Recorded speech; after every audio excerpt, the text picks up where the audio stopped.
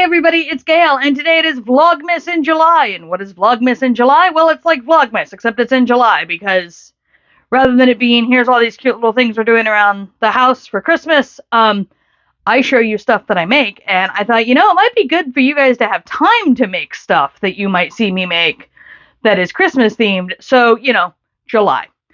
And of course, because we all know how this works when you make your own gifts, I'm actually filming this in March.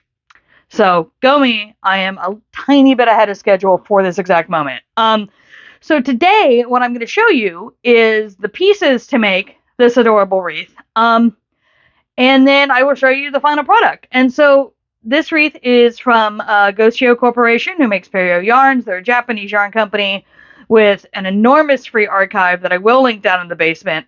Yes, I do remind you of that every single time because, hey, free patterns. And I really like this wreath. I've got a couple others from them as well, but I like this one because it's got a minimalist look, but then you can add as much stuff to it as you want. So what you do is the original yarn was a DK weight on a C or D hook, depending on what your gauge needed to be and how tightly you crocheted. I am using worsted weight Knitpicks Brava, and I went ahead and used an F hook so that I would get the same kind of tightness they would want you to have.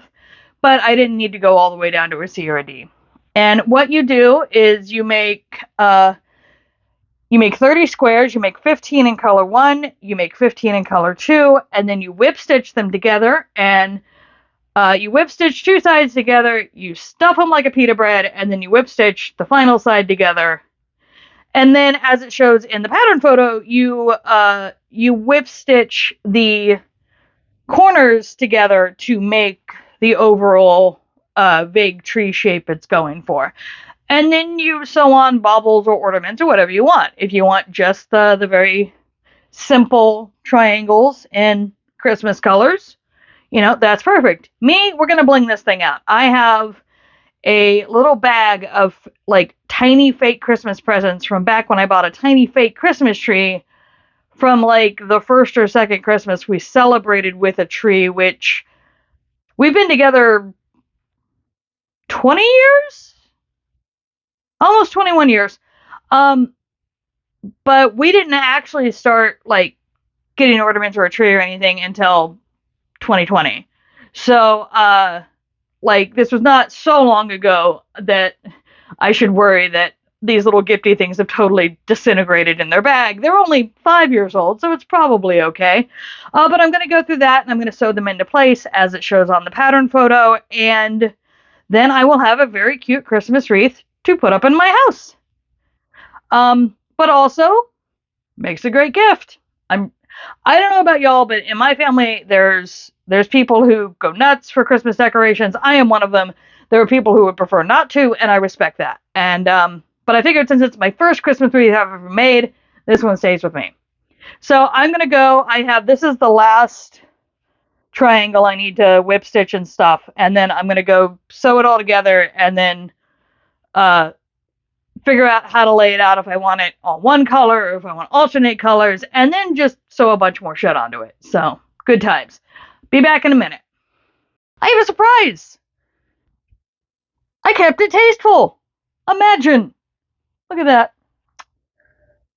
That is something that I imagine would be on somebody else's door, not mine, honestly. I think I am well established, if you've watched my videos before, in my love of things that are tacky and gaudy and maximalist. So I really was expecting to go nuts on this. But what happened was when I was going through the drawer where I keep all my bits and bobs to add to stuff if I need it, I found these amazing red beads with this gold caging on them that I had completely forgotten I had. And I went, oh, well, we'll just add those on. And I put those on first. And then I looked at it, and I looked at all the other stuff I was going to add to it. And I'm like, no, I think it's done. I think that's it. That's all I want. I want that little extra sparkle. It's very funny because this is so much more subtle than I was planning for and so much more subtle than I usually go. But I think it's because it's a really nice minimalist design that still has a lot of interest because you can do it in different colors. And that feeds that part of my brain that wants as much as anything at all times as I can ever get. And I really enjoyed this pattern. No notes on it, no mistakes found or anything. I will say the having to stitch it together, and it's whip stitched together, and you can see the red a little bit down at the bottom here, so which I don't care about. But some people want it to be very, very precise in where the colors hit. So just so you know, keep an eye out for that if that's you. But yeah, I really like it. I think it's a great way to start Vlogmas in July, because you're not making anything heavy that has to sit on you while you're making it, which in summer is very, very important. So yeah, I think it's super cute. I'll have the link down in the basement, and I will also link to the overall archive.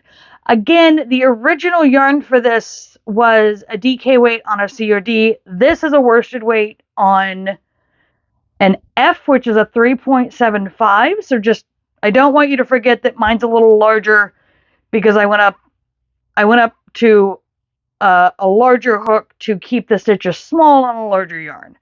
I would also love to see this in like a super chunky yarn if you're the type to go for like super big wreaths. I think this would be really cute in like Bernay blanket or something. But that's for those of you who can work with those big chunky yarns but use small enough hooks to keep the loops closed up to stuff them.